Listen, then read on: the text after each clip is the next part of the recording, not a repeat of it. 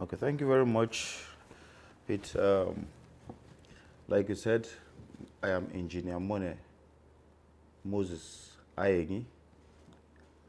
I'm a civil engineer by training, a staff of Benue State government under the Ministry of Works, Transport, and I'm here on secondment to manage this project, RAAMP, Rural Access and Agricultural Marketing Project for Benue State. Thank you. Yeah, RAAMP. RAAMP, so if you like to stress it, you call it RAAMP because there's a double A. It's in the third phase of the project.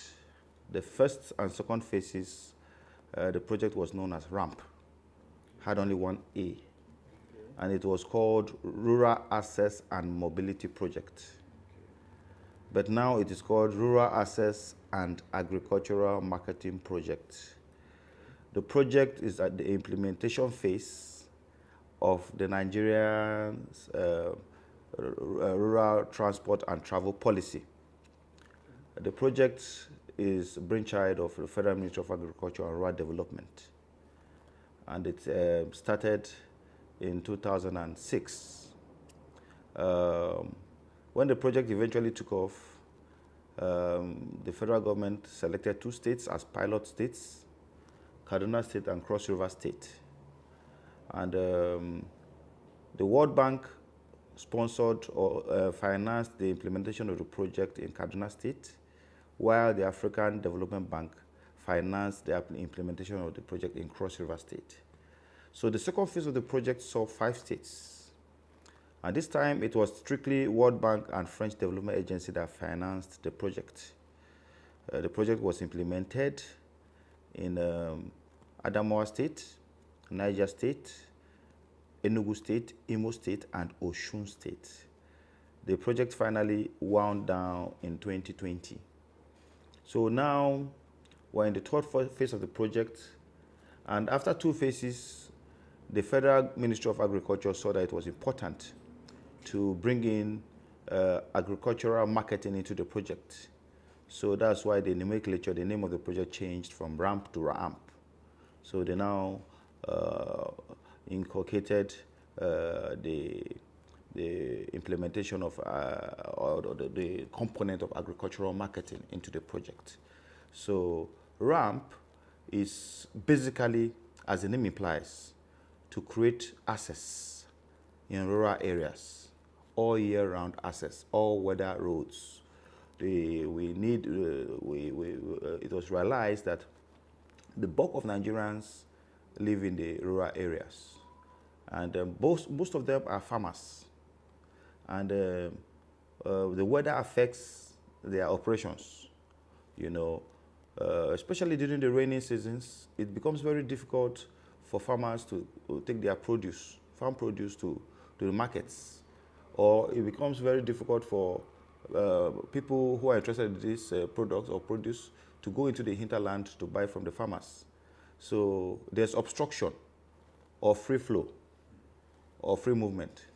So the project is here to help create all-weather roads, maintain roads for people to pass freely. It is going to reduce the time of transportation, travel time, from one point to the other, especially as regards rural roads. It is also going to reduce the difficulty in transportation. You know, there are sometimes you travel and when you get to a place, you look for Panadol to take. So it's going to help you to get, you know, smooth transition from one point to the other in your rural areas. You know, so that's RAAMP. And because of the agricultural marketing angle that has come now, you know, we are also looking at helping the rural farmers to know where and how to package their products for sale. You understand? How do we package it? Where are we selling it? And who are we selling it to? Is it for the right price? So that at the end of the day, they'll be able to raise the capital, the desired capital, to take care of themselves, to pay taxes, and to help the government. So that dependence on government will be greatly reduced. So that is RAAMP for you. It's a complete package. It is also going to develop the capacities of women and youth. It's going to create a lot of employment opportunities, you know, self-reliance and all that, to move people from subsistent farming to middle class or even large-scale farming. It's a good thing for the country. Thank you. Okay, thank you. This project, this third phase, this RAAMP, officially started last year. This third phase, 18 states were prioritized, and Benue is one of the 18 states. 13 states are going to be supported by World Bank and French Development Agency, and Benue State is one of the 5 states that African Development Bank was supposed to sponsor, but for African finance. But African Development Bank is looking at another project now that is called SAPS. So European Investment Bank is in the process of taking over Benue State and 4 other states. So already, if you can see, this is our project implementation manual, and you can see December 2020. This is when it was released, you know. So, and the project is meant to last for 6 years. So the project for those 13 states effectively started last year. So you count 6 years from last year. Benue State eventually, and the 4 other states, eventually, when we start in the next couple of months, ours will be starting this year and be ending in the next 6 years. So the project has a lifespan of 6 years. Well, the project came to Benue State in 2016 when His Excellency Governor Samuel Otom wrote a letter of expression of interests to the Federal Ministry of Agriculture, Federal Ministry of Finance, and the Federal Project Management Unit of RAAMP. And in 2017, because it was one of the criteria that was listed, you know, it was one out of the many things that were asked to do before we'll be selected. It was the prioritization of rural roads in Benue State and the selection of a few roads, you know, altogether 500 kilometers of roads, you know. So Benue State government under Governor Samuel Otom paid money to a reputable consultant who went out to the field and carried out the prioritization of rural roads. You know, there are a lot of rural roads in Benue State. So he went out, the consultant went out with his team. They sampled all the rural roads in Benue State, and they picked 30 roads. 30 roads, sum up to 500 kilometers across all local governments in the 3 senatorial zones of Benue State. So we were about going into a lot of things. Then COVID came in and was slowed down.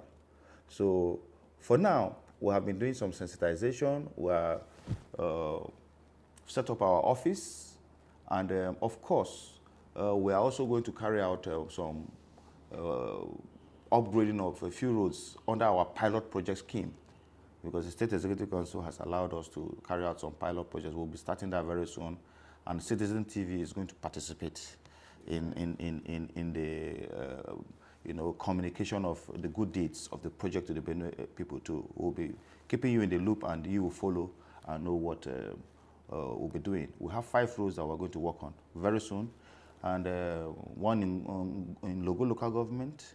We have 1 in Guma, 2 in Gwe West, 1 in Oju local government. You know, we're going to be doing some upgrading. It's just some spot maintenance of those roads to allow people on that road corridor to access the road all year round. So I wouldn't say we haven't done nothing. We have been training. The state government has been sponsoring the training of our staff. We have been keeping ourselves busy, especially with the pilot projects that are soon to come. And we have been doing a lot to keep ourselves in shape, so that when we receive financing from the development partners, we'll hit the ground running. Well, it gives me pleasure to tell you that Benue State government under Governor Samuel Otom, because RAAMP started, like I told you, many years back. But it is under this government that RAAMP came to Benue State. It was Governor Samuel Otom that heard about RAAMP and expressed interest and brought the project to Benue State. And everything that has been asked of Benue State, he has done. I'll tell you about the counterpart, for instance, counterpart fund. states were asked to pay $5 million, equivalent of $5 million as counterpart fund. And some states are paying in bits. But our governor, as far back as 2019, paid the equivalent, as at then it was, the equivalent in Naira was 1.5 billion. And the governor paid the money in one swoop. He has dumped the money with the project and he's not looking back. It's the counterpart fund and all the things that were asked of the project to actualize with the counterpart fund, we have done and we're still doing them. We're running the project, we have our operational vehicles, we have our office space, we go for trainings, we are doing everything that is required of us by the Federal Project Management Unit and the development partners because of the availability of counterpart funds. So with RAAMP, I can tell you that we have no challenges when it comes to meeting the requirements that are going to see us draw down from the development partners. Yes, when we talk about agricultural marketing, yes, you may be right to ask if we buy products, but that is not the logic. That's not the meaning. We are talking about creating conducive atmosphere for farmers to market their products, their farm produce, and for buyers to do. So now on this project, as much as we prioritized roads, we also prioritized markets, okay? And we call those markets agro-logistic hubs. You understand? And we're going to have 2 of them in every senatorial zone in the states. There are going to be 6 in total. If you can see, we are talking about building of markets with stores, okay? We're going to have warehouses, okay? We're going to have storage facilities, processing facilities. We're going to provide storage facilities. So now, the idea is we can also advise the state government on what to do. And through the project, we can, through our storage facilities and all that, we can, you know, buy from farmers, you know, store in those places. We can show farmers how to package. Like, you know, the Benue yam is not exportable because of 1 or 2 things. But through the project, we can try to help conscientize farmers. We can give them the enablement to imbibe the new culture of farming yam in the best, internationally accepted best practices. You understand? So that we can also be exporting yams.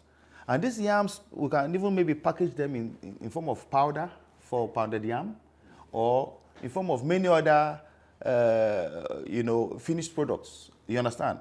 So through the project, when we're talking about agricultural marketing, we will be conscientizing, we'll be building the capacities of women and youth who are involved in farming on how to do that. We can show them how to, you know, go into business. We can give them links to or access to small-scale loans or medium-scale loans. You understand? It's all about improving the sustainability of these people. You know, they are building local economies and all. Well, that is when we come to the implementation phase. Okay. And because we are doing this with international development partners, we will have to wait so that we will have to preach the gospel according to their Bible. Yes, frustrations are challenges too. Yes. We can say that we have frustrations, but what good thing do you do that you don't face frustrations or challenges? Our first challenge or frustration is COVID-19. COVID-19 has drawn us back a whole year, or even more. If not for COVID-19, I'm sure would have been effective by now. Because the whole of 2020, nothing happened. So most of the things we did last year were the things we would have done in 2020. And the things we are doing now are things we would have done last year. So by now, we would have been active. So that's the first challenge. You understand? The second challenge is when you know how good your product is, but you cannot sell it to the people. We are waiting to implement this project. And it is only time that stands between us and the implementation of this project. Because everything that has to do with development partners has to do with processes. And when you're talking about processes, it's reliant on time. So like I told you that in the next few weeks or a couple of months, we would be effective. It's just a matter of time. We're marking time. And it's frustrating. It's actually frustrating. But every other thing is good. Every other thing is okay. We have the support of the state government.